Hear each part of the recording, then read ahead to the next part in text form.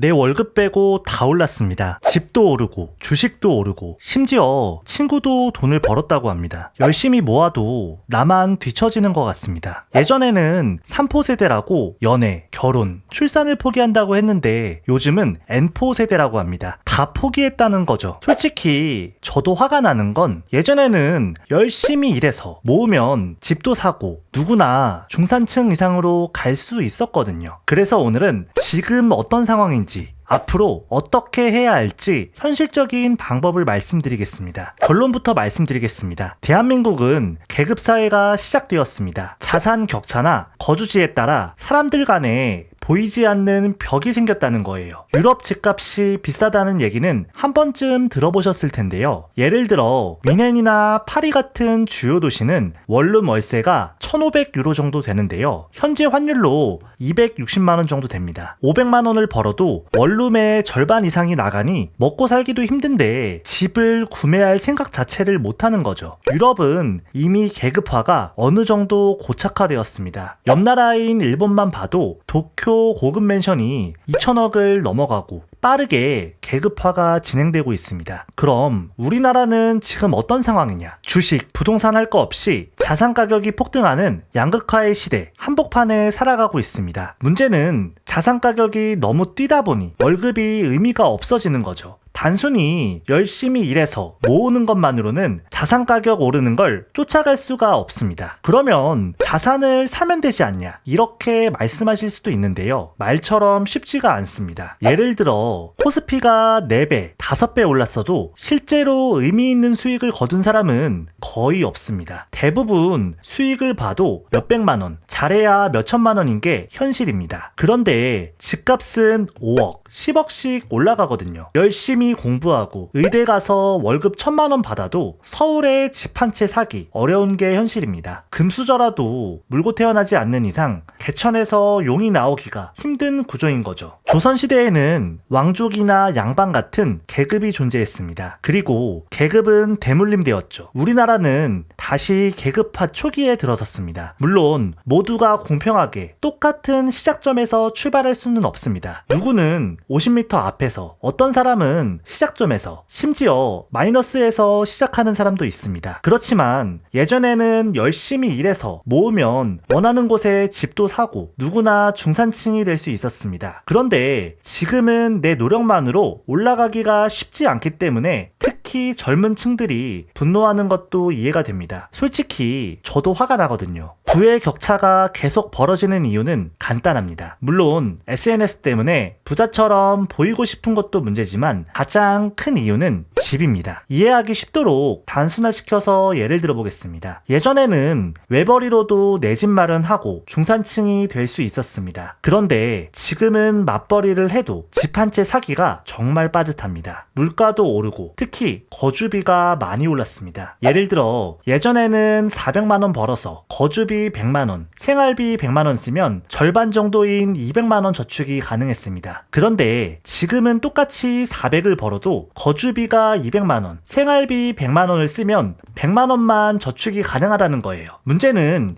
이게 100만원 차이가 아니라 저축률이 반토막 난다는 겁니다. 이게 엄청 심각한 건데요. 예전에는 집 사서 대출까지 다 갚는데 15년이 걸렸다면 지금은 30년이 걸린다는 거예요. 이게 무슨 말이냐? 생애 주기상 30년 동안 일을 하는데 노후 준비할 시간이 없어집니다. 그러다 보니 어떻게든 아끼고 투잡도 해야 하니 결혼도 포기하고 삶이 엄청나게 팍팍해지는 거죠. 지금 이 상황까지 오게 된 원인은 잘못된 정부 정책이 크다고 생각합니다. 각종 세금을 올리고 돈을 계속 찍어내고 있습니다. 사람들이 선호하는 핵심지 주택 공급은 씨가 말랐고요. 주택 공급을 할 생각은 안 하고 표를 얻으려는 포퓰리즘을 남발하고 있습니다. 부자만 더 부자가 되는 부익부 빈익빈은 앞으로 더 가속화될 것으로 보입니다. 그럼 앞으로 우리는 어떻게 되는 걸까요? 영상 잘 보고 계시면 구독과 좋아요 부탁드립니다. 크게 3가지 길이 있습니다. 저를 포함한 모든 분들은 셋 중 한 가지를 선택하게 될 겁니다. 첫 번째는 가난의 길로 들어서는 겁니다. 수입을 거의 모으지 않고 지출하는 분들은 가난해질 겁니다. 잘 될 수 있다는 희망을 포기하고 현재를 중시하는 소비 중심의 생각을 갖는 거죠. 월급 280만 원 받는데 나는 사치도 안 하고 쓴 것도 없는데 돈이 안 모인다. 나는 잘하고 있다고 스스로를 합리화시킵니다. 돈이 안 모이는 이유는 내가 할 수 있는 선에서 온갖 사치를 다하니 안 모이는 겁니다. 이렇게 말씀드리면 한 번 사는 인생인데 즐겨야 되지 않냐, 아끼다 똥 된다 하는 분들도 계신데요. 냉정하게 말씀드리면 이런 분들은 지금이 인생의 정점이고 나이가 들수록 앞으로는 급격하게 내려갈 일밖에 없을 겁니다. 생각의 차이이기 때문에 급여의 높고 낮음과는 크게 상관이 없습니다. 물론 나는 저축도 하고 미래를 준비하고 계신 분들도 많습니다. 그런 분들은 두 번째, 중산층의 길을 걷게 될 겁니다. 가장 많은 분들이 속해 있는데요. 내가 일을 안 하면 들어오는 돈보다 나가는 돈이 더 많은 분들입니다. 가난은 면했지만 노후는 희망보다는 불안이 더 크죠. 지금 생활을 유지하고 싶지만 수입이 줄어들면 허리띠를 졸라매야 합니다. 현실적으로 갈수록 더 좋아지기보다는 가난해지지 않는 것이 현실적인 목표입니다. 가난에서 벗어나더라도 중산층에 머무는 이유는 크게 두 가지입니다. 첫 번째는 자산과 부채의 차이를 이해하지 못하기 때문입니다. 예를 들어 자동차는 자산이 아니라 갈수록 가치가 떨어지는 부채, 즉 나쁜 빚입니다. 아파트에도 자산과 부채 비율이 있는데요. 외곽에 덜 오르는 신축 아파트는 자산 가치는 상대적으로 적고 입지 좋은 아파트에 비해 부채를 늘리는 행동입니다. 좋은 빚과 나쁜 빚의 차이를 알아야 합니다. 중산층에 머무는 두 번째 이유는 부자처럼 보이려는 행동을 하기 때문입니다. 사람들은 겉으로 보이는 소비 수준을 보고 부자라고 판단합니다. SNS나 자동차, 명품 등 부자처럼 보이려고 하는 행동이 중산층의 굴레에서 벗어나지 못하게 만듭니다. 가치가 하락하는 물건을 사기 위해 진짜 가치 있는 자산 구매를 포기하는 거죠. 그러면 중산층에서 위로 올라가기 위해서는 어떻게 해야 되냐? 마지막으로 세 번째, 부자가 되는 길이 있습니다. 제가 말씀드리는 부자의 기준은 일을 안 해도 지출보다 들어오는 돈이 더 많은 분들입니다. 흔히 경제적 자유라고 하죠. 부자가 되는 방법은 물려받는 걸 제외하면 현실적으로 사업을 하거나 투자, 두 가지 방법뿐입니다. 이 중에서도 직장인이라면 투자가 현실적으로 부자가 될 수 있는 유일한 방법입니다. 그러면 투자만 하면 부자가 될 수 있는 거냐? 이렇게 물어보실 수도 있는데요. 먼저 무조건 지출이 수입보다 낮은 흑자 구조를 만들어야 합니다. 지출이 더 많은 적자 구조라면 부자는커녕 가난에서도 벗어날 수 없습니다. 투자는 그 다음입니다. 흑자 구조를 만든 뒤에 생활비를 제외한 돈을 부채가 아닌 자산에 먼저 투자해야 합니다. 차나 명품처럼 가치가 하락하는 부채에 쓰면 중산층은커녕 앞으로 더 가난해질 겁니다. 그럼 남는 돈을 투자하면 부자가 될 수 있냐? 쓸 거 다 쓰고 남는 돈을 투자하면 부자가 될 수 없습니다. 순서가 중요합니다. 중산층에서 벗어나고 싶다면 자산을 먼저 사고 남는 돈으로 생활을 해야 합니다. 그리고 자산이 벌어다 주는 돈을 다시 자산에 투자해야 합니다. 돈이 스스로 돈을 버는 선순환 구조를 만듭니다. 가만히 있어도 지출보다 자산 수익이 높아지면 그때부터는 부자라고 할 수 있습니다. 그렇기 때문에 지출이 적을수록 더 빨리 부자가 될 수 있습니다. 이렇게 말씀드리면 꼭 부자가 되어야 하냐? 어차피 죽을 때 싸들고 가는 것도 아닌데 열심히 살아서 뭐하냐? 이런 말씀하는 분들이 계신데요. 내가 잘 될 거라는 확신이 없는 사람들은 남들을 질투합니다. 그리고 잘 되는 사람을 끌어내리려 합니다. 만약 부자가 되고 싶은 우리 구독자분들은 주변에 이런 분들을 반드시 멀리해야 합니다. 그런 분들을 바꾸려고 하지 마세요.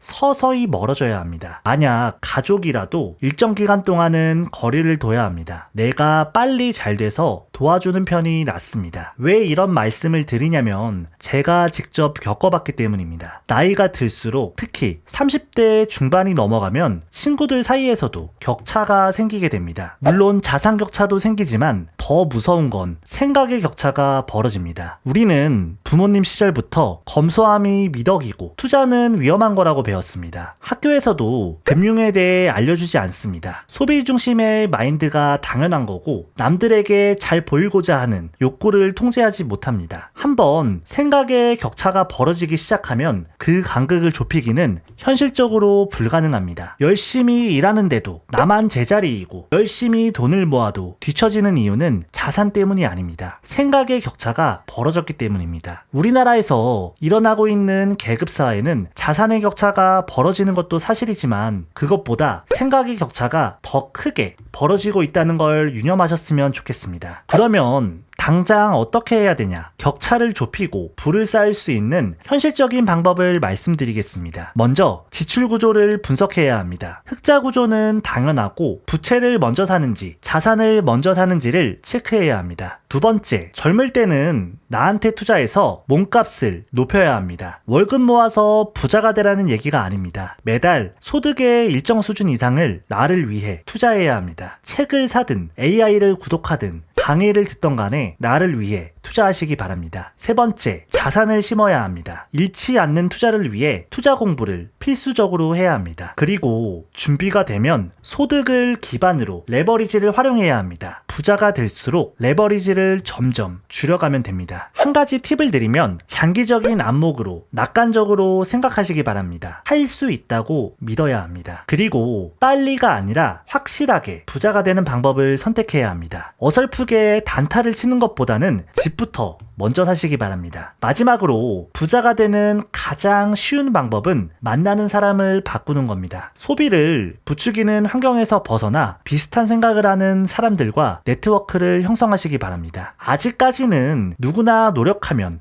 부자의 초입에는 들어설 수 있습니다. 요즘 양극화가 너무 심하고 질투와 혐오가 사회에 너무 만연합니다. 물론 예전에 비해 계층 사다리가 끊어지고 있는 것도 사실입니다. 노력해도 안 된다고 생각하니 당연히 박탈감이 심하겠죠. 그렇지만 최소한의 부끄러움이나 양심도 없어진 것 같아서 안타깝습니다. 차라리 다 같이 가난해지자, 남들도 끌어내리려는 분들이 많은 것 같습니다. 그런데 저는 아직까지는 희망이 있다고 생각합니다. 저도 10년 전만 해도 반지하와 고시텔을 전전하면서 모은 돈은커녕 마이너스 인생이었기 때문에 그 심정을 잘 알고 있습니다. 방법을 잘 몰라서 무식하게 돈을 모았습니다. 월급의 90% 이상을 처절하게 모았습니다. 투자를 해야 된다는 걸 누군가 알려줬다면 지금보다 더 잘 되지 않았을까 하는 아쉬움은 있습니다. 누구나 최소 10억 이상은 모을 수 있다고 말씀드립니다. 지금도 충분히 가능합니다. 나는 열심히 살았는데 뒤처지는 것 같다면, 만약 부자가 되고 싶다면 자산을 사야 합니다. 우리는 근로주의가 아니라 자본주의에 살고 있으니까요. 오늘 내용 정리해 보겠습니다. 내 월급 빼고 다 오르는 이유는 계급화가 진행되고 있기 때문입니다. 열심히 모으기만 하면 가난은 면할 수 있을지 몰라도 부자가 될 수는 없습니다. 자산을 심어야 하는 건 선택이 아닌 필수입니다. 자산 격차보다 더 무서운 생각의 격차가 벌어지지 않도록 스스로에게 투자하고 만나는 사람을 바꾸시기 바랍니다. 영상이 도움되셨으면 구독과 좋아요 부탁드립니다. 우리 모두 정상에서 만났으면 좋겠습니다. 아래는 너무 붐비니까요.